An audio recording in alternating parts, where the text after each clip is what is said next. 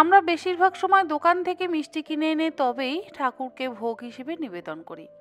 আবার এই যেমন সামনে আছে রাখি বা জন্মাষ্টমী, তাতেও কিন্তু আমরা দোকান থেকে কিনে এনেই ভোগ হিসেবে নিবেদন করি।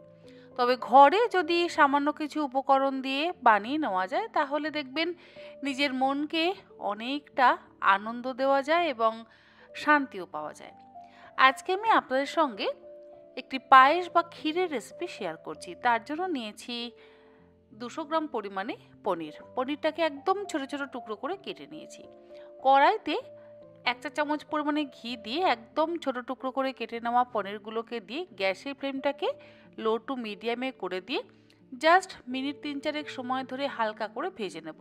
পনির কিন্তু কখনোই বেশি সময় ধরে ভাজা যাবে না, বেশি সময় ধরে ভাজলে আবার চিবি হয়ে যায়।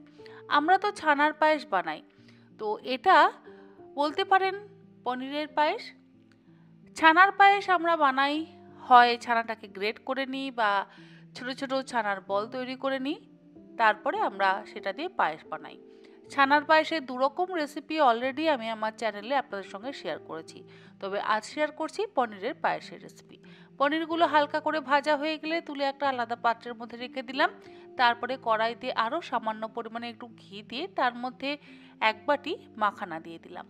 এবারে ঘি দিয়ে মাখানাটাকে মিনিট 5 লো টু মিডিয়াম ফ্লেমে ভেজে নিচ্ছি। মাখানা যদি আপনারা দিতে না চান বা বাড়িতে যদি না থাকে তাহলে আপনারা মাখানাটাকে অ্যাভয়েডও করতে পারেন।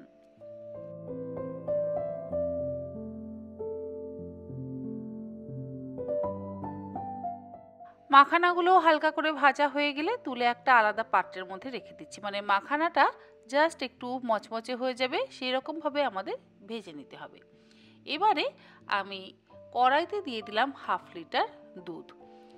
আপনারা চাইলে ফুল ক্রিম দুধেরও ব্যবহার করতে পারেন, আবার চাইলে টোন মিল্কেরও ব্যবহার করতে পারেন। দুধটা দিয়ে এবারে গ্যাসের ফ্লেমটাকে লোতে করে দিয়ে 5 মিনিট ভালো করে জাল দিয়ে ঘন করে নেব।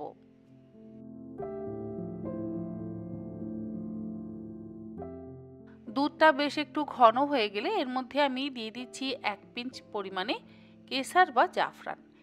কেশর বা জাফরান দিলে রংটা যেমন সুন্দর হয়, তেমনি গন্ধটাও কিন্তু অসম্ভব সুন্দর হয়। কেশরটা দেওয়ার পর আরও 2 থেকে 3 মিনিট গ্যাসের ফ্লেমটাকে লোতে করে দিয়ে দুধটাকে জাল দিয়ে একটু ঘন করে নিলাম। দুধটা যখন বেশ ঘন হয়ে যাবে তখন আমি ভেজে রাখা পনিরের টুকরোগুলোকে দিয়ে দিচ্ছি। পনিরের টুকরোগুলোকে দিয়ে লো ফ্লেমে খুব ভালো করে ফুটিয়ে নেব।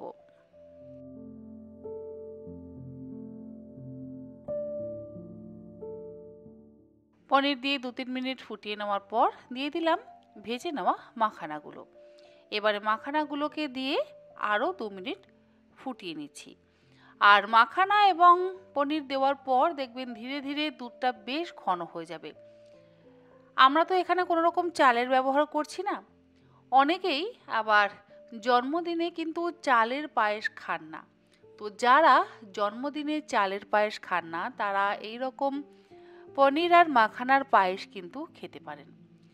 মিষ্টির জন্য এখানে আমি ব্যবহার করলাম কনডেন্স মিল্ক 1/2 কাপ পরিমাণে। কনডেন্স মিল্কটা দিয়ে এবারে ভালো করে মিশিয়ে নিচ্ছি। বেশ একটু যখন ঘন ঘন হয়ে যাবে তখন আমাদের গ্যাসের ফ্লেমটাকে বন্ধ করে দিতে হবে, কারণ মাখানা বেশ দুধ কিন্তু অ্যাবজর্ব করে নেয়।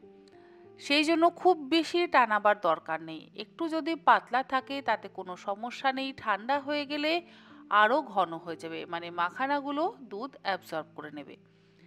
সবশেষে দিয়ে দিলাম সামান্য পরিমাণে একটু ছোট এলাচের গুঁড়ো। তৈরি হয়ে গেল দুর্দান্ত স্বাদের পনির মাখানার ক্ষীর বা পনির মাখানা পায়েস।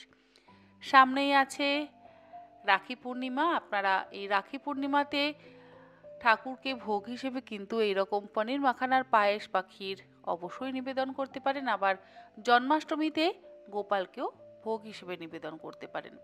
আশা করি আমার আজকের এই পনির মাখানা পায়েস বা পনির মাখানা ক্ষীরের রেসিপি আপনাদের ভালো লাগলো। ভালো লাগলে আপনারা অবশ্যই বানাবেন, দেখবেন আপনাদের নিজেদেরও ভালো লাগবে। আজ তাহলে এই পর্যন্ত। আগামীকাল আবারও হাজির হয়ে যাব নতুন কোনো রেসিপি নিয়ে। আপনারা সকলে ভালো থাকবেন, সুস্থ থাকবেন। ধন্যবাদ।